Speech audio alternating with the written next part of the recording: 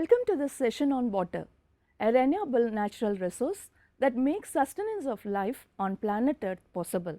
Water is a very precious commodity. Do you know why? Listen to me. Although 71% of the Earth's surface is covered by water, only a tiny fraction of this is fresh water. About 97% of the total available water is in oceans, which is too salty for drinking or irrigation. The remaining 3% is freshwater. Of this, 2.997% is locked in ice caps or glaciers, and only 0.003% is easily available to us as soil moisture, groundwater, water vapor, and water in lakes, streams, rivers, and wetlands. In short, if the world's available water were 100 liters, our usable fresh water would be only 0.003 liters, which is just half a teaspoon. Now, let us know about the use and overutilization of surface water and groundwater. The water cycle through evaporation and precipitation maintains different forms of water in nature. Freshwater mainly occurs in two forms, namely groundwater and surface water.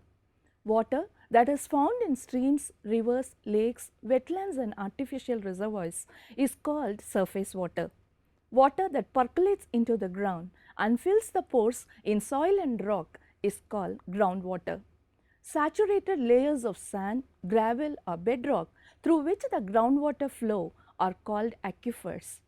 Most aquifers are replenished naturally by rainfall that percolates downward through the soil and rock. This process is called natural recharge. All aquatic ecosystems are used by a large number of people for their daily needs such as drinking water, washing, cooking, watering animals and for irrigating fields. At a global level, 70% of water is used for agriculture, about 25% for industry and only 5% for domestic use. However, this varies in different countries. India uses 90% for agriculture, 7% for industry and 3% for domestic use. With the growth of human population, there is an increasing need for larger amounts of water to fulfill a variety of basic needs. According to the report of World Commission on Dams, year 2000, the total annual freshwater withdrawal today are estimated at 3,800 cubic kilometers, which is twice as much as just 50 years ago. Studies indicate that a person needs a minimum of 20 to 40 liters of water per day for drinking and sanitation. Most people use more water than they really need during a shower or during washing of clothes. Many agriculturalists use more water than necessary to grow crops. Excessive use of chemical fertilizers and pesticides, release of industrial waste has greatly polluted the surface and groundwater. The Narayani river of Nepal has been polluted by factories located on its bank. This has endangered fish, dolphins, crocodiles and other flora and fauna of the region. Excessive use of groundwater for drinking, irrigation and domestic purpose has resulted in rapid depletion of groundwater, leading to lowering of water table and drying of wells. The continuous depletion of groundwater along the coastal regions often leads to the movement of saline seawater into freshwater wells, spoiling their water quality.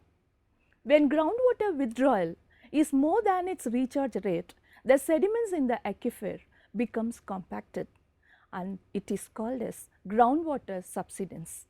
It results in sinking of overlying land surface which may damage buildings, destroy water supply, reverse the flow of sewers and canals and tidal flooding. Surface water when overdrawn result in drying up of nearby wetlands. Now, let us discuss about floods and droughts. Global warming and El Nino winds have seriously affected the regional hydrological conditions.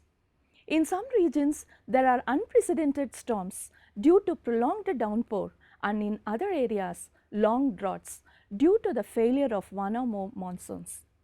Both floods and droughts are serious environmental assaults for centuries. However, what worsened the effect was deforestation and intensified use of river floodplains. As the forests are degraded, rainwater no longer percolates slowly into the subsoil but runs off down the mountainside bearing large amounts of topsoil.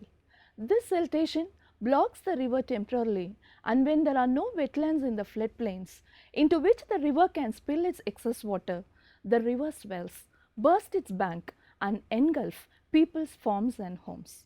Again, during a good monsoon, the forest cover permits water to be held in the area, permitting it to seep into the ground.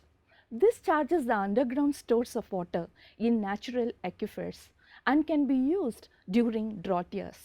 However, overutilization of groundwater, other human activities such as deforestation, mining, overgrazing, etc., has further increased the desert areas. Nowadays, conflicts over sharing of water between neighboring countries or between different states of a country is quite common due to increased demand for water. Yes, the world is heading towards a water crisis.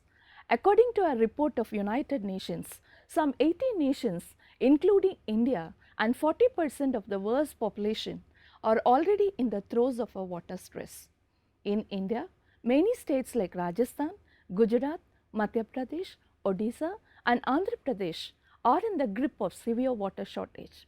There is a fierce battle for water among Jordan, Syria, and Israel for the share of river Jordan in the Middle East. I am sure you are aware of the Kaveri water dispute between Karnataka and Tamil Nadu that remain unsolved for the past 100 years. The Satluj Yamuna link canal dispute between Punjab and Haryana is not yet resolved. At this juncture, let us see the benefits and ill effects of dams. Increasing demand for water for intensive irrigated agriculture, for generating electricity and for consumption in urban and industrial centers has been met by creating large dams. Today there are more than 45,000 dams around the world. The dams like Bakranangal, Hirakund, Nagarjuna Sagar and Damodar have played a significant role in India's social and economic progress for the past 5 decades. Although dams ensure a year-round supply of water, they have serious environmental problems. They alter river flows, changes nature's flood control mechanism such as wetlands and floodplains, destroy the lives of local people and habitats of wild plant and animal species. Hearing all this, I am sure you will agree with me that safe water campaigns are essential to make people aware of the dangers of water scarcity. The better management of the world's water resources is the need of the hour. Can we see some possible measures to achieve this? Pricing water at its real value makes people use it more responsibly and efficiently. There are many ways such as use of drip irrigation system, sprinklers, etc., by which farmers can use less water without reducing yields. For an example, using drip irrigated farming method, Israel could double its food production without an increase in the use of water over a period of 20 years. To fight drought and water scarcity, it is required to change the cropping pattern and switch over from cultivating water guzzling sugarcane and banana to less water consuming crops like fruits and vegetables.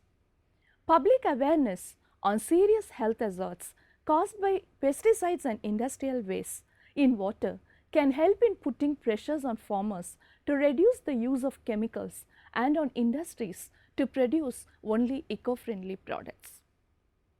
Effective rainwater harvesting in urban environment. A shining example is the state of Tamil Nadu. Treating and recycling municipal wastewater for agricultural use. Recharging underground aquifers through afforestation. Building several small reservoirs instead of few mega projects. Preventing loss of water in municipal pipes. Preventing leakage from dams, canals and desilting of dams before the monsoon. The best way of managing a river system is to leave its course as undisturbed as possible. Let me conclude this session with a Philippine proverb: do not empty the water jar until the rain falls. Let us judiciously use the available water resources, take measures in conserving the precious commodity water, and raise our voices against polluting water. Thank you.